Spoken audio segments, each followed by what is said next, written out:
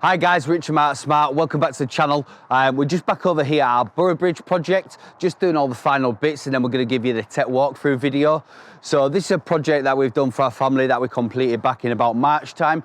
Family's been living with it since. We've been back and forth, adding little bits here and there to the project, but we're back today integrating the Velux blinds, adding a couple more Faraday motion sensors to some additional rooms that we've pre-wired for sensors, and just giving it the final wrap over ready for Christmas.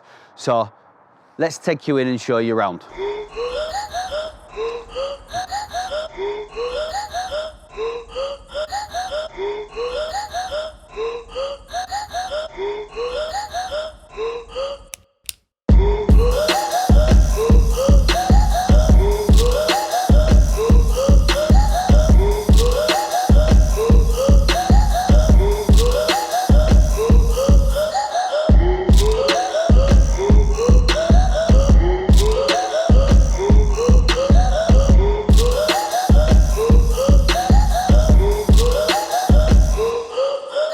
So on the outside of this property now, and we've got a video intercom. So this isn't the intercom that we traditionally use on the front of the property. We'd usually use the mini version of this, which doesn't have the keypad, or the Control4 chime, which has just come out recently. The reason we've got the DS2 with the keypad is because this is going to go onto the gates that are going to get installed a little bit later on, but because the client wanted to make use of the intercom, we fitted it for him here now. Now, because it's having gates, you wouldn't usually have an intercom on here. The client actually asked us to put this on a little bit later down the line. Luckily, whenever we're doing a front door, with all the additional cables that we put in our pre-wire, we had a cable that was in a stud wall behind this wall here. So the lads, Alex managed to remove the light switch, fish the cable in, and get him his intercom here. Likewise, that's the reason. I know I was not really blessed in the height department anyway, but that is the reason why this is quite high. Because of the stone details on here, and we wanted to bring the cable through a mortar line so that it could be patched up as discreetly as possible later. But the benefit of using the Control4 intercom as part of the project, aside from being able to answer the phone no matter where you are in the world, is that when the doorbell is dinged,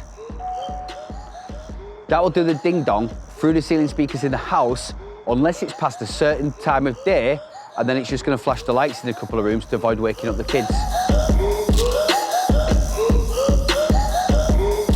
So one of my favourite features on this property is actually the external motion sensors. Because we've done a really cool lighting design utilising up-down lighters, we basically have a selection of external motion sensors around the outside of the property. So that if somebody walks up to the property, when it's dark as it is now, it's going to light up the front of the house lights and the driveway lights, just like this.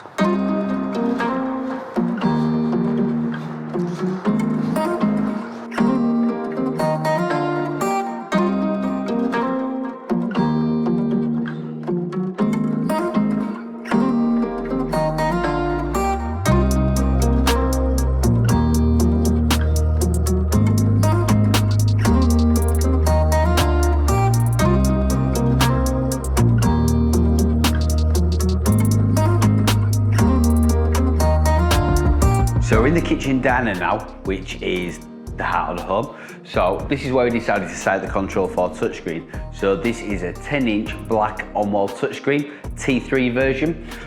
So the reason we use touchscreens mainly over iPads is because you see that? I tapped it waked up, it's exactly ready to respond to the Control4 system.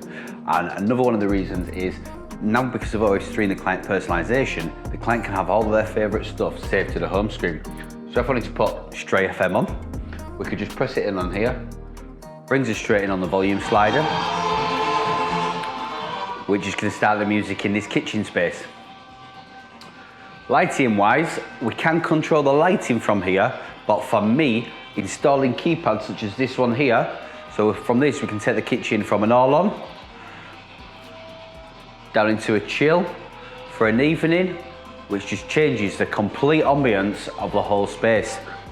Those LEDs over there, although we've got them programmed in on the scene, we do have on here to have a colour wheel, so we can send those colours any colour we wanted to. We've got a TV. Now you could just walk into this space here, press the sky icon, which would begin the TV firing on. You could turn the music on, and then we could pick up the SR260 remote control, and then that is now controlling the skybox.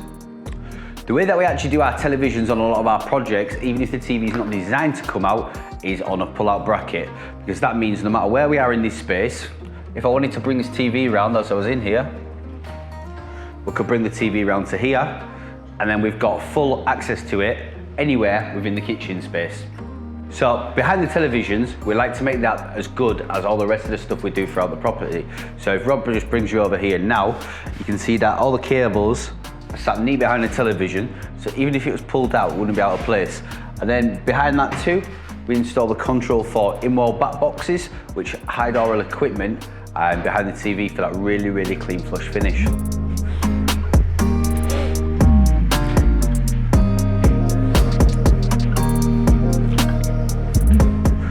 So in this kitchen space, we have got the Velux track, which is covering the Bifold windows. And then I'm going to just show you just above you there, where we've got some Velux windows, which can be controlled from this keypad here.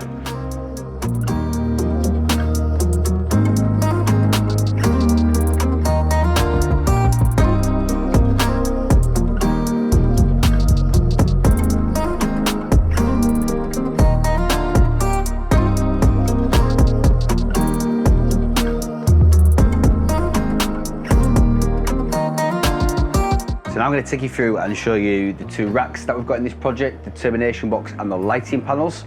So this here was actually, funnily enough, all supposed to be getting boxed in, but then when we finished it, the client loved it and it's basically kept it all out. So what we have here is two 27U racks, and then we have an 18U termination box on the wall behind me there.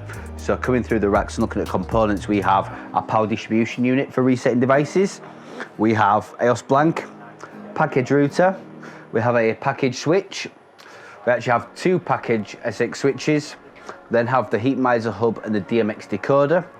Coming down we have the Control4 EA5, Triad 24x24 audio matrix, we have three 4-zone amps giving us 12 zones of audio in total, and then at the bottom there we have the UPS, so for the battery backup. Coming across into this other rack, we have the HD Anywhere 4x4 M Hub Pro 2.0, another EOS blank. We then have a Luma 16 channel 510 NVR. We have the SkyQ main box, a SkyQ mini box. We have a Roku, a blank source shelf for future use, client remote drawer, a 4U blank there. So that 4U blank is actually going to feed the AVR, which is going to go into the extension at a later date. But we've left all the bits and pieces on the shelf there ready for it. And then finally at the bottom there, we have the AVR, which is taking care of the system in the lounge.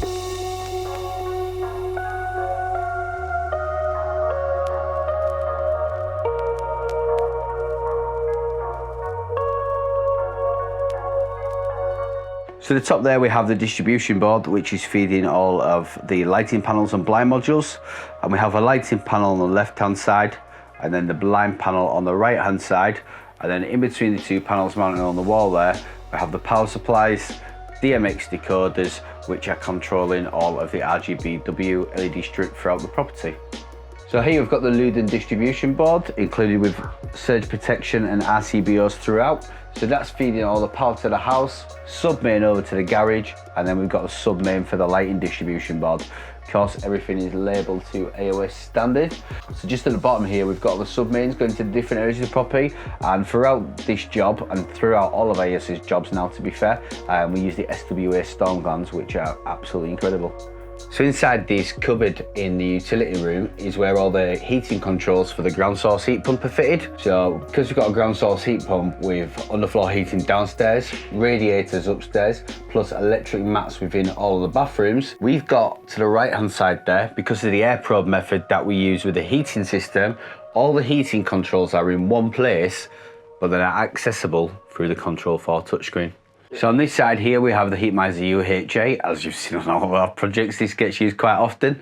And then to the side of there we have all of the zones of heating control, all the points of local isolation, and then we also have an override for the hot water system.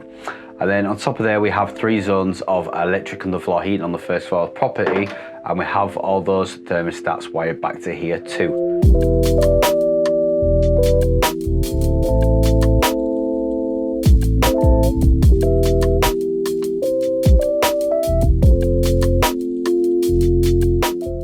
So the lounge at this property is probably one of the favourite ones I've ever done, to be fair, just because it just works. So for me, the way that the lighting, the technology, the stuff that we do can completely change a space is just what does it for me. So at the minute here, we've just got the spotlights on, and we've got them broken up onto 3 individual circuits with a couple of lamp circuits. But if I was to press custom button 1 on the remote control, it's going to dim the lights a touch and set the LED onto red. Now I've come onto the Control4 menu and press watch, Sky Mini. It's going to turn the TV onto the side of me, which is 65-inch Sony AG8. And we have control over the sky. Now if I wanted to take it a little bit further and put it down into chill mode, if I press custom button 2, it's going to turn the lights off and put the LED on blue. Now, one of the things that the client actually said to us, he said that sometimes when the LEDs are on, and I've got it in the blue mode, and I've got quite a dark image on the screen, the LED at the back glares. So Rob, if you just pan over to the left for me now, and I press the star button on the remote control, we actually set the star button on this remote control here, would toggle the strip on the back section, so you could just turn that off and take the glare off the TV. One of the other things we actually do with the remote controls is the blue button. Well, let me change the lighting in here, put some lights back up, is the blue button. So the blue button for us on a Control4 remote is the blind toggle. So we have some blinds, well there's actually 5 shades in this room, in the bay window. If I was to press the blue button, which is the blind toggle, that's going to toggle a full blind group within this room. That being said, these blinds are set to automatically open at 8 AM and then they close at sunset every day.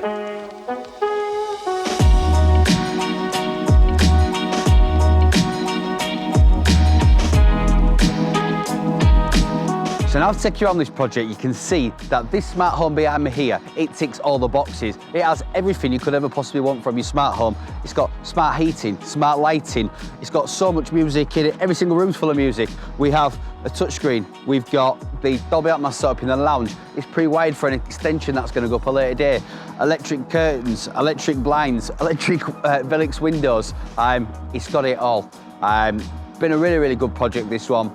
Thoroughly enjoyed it. And if you want to see how much a smart home like this costs, check our video down here somewhere. Rob's going to put it in down here somewhere, where we break down the costs on the project like this. See you next time.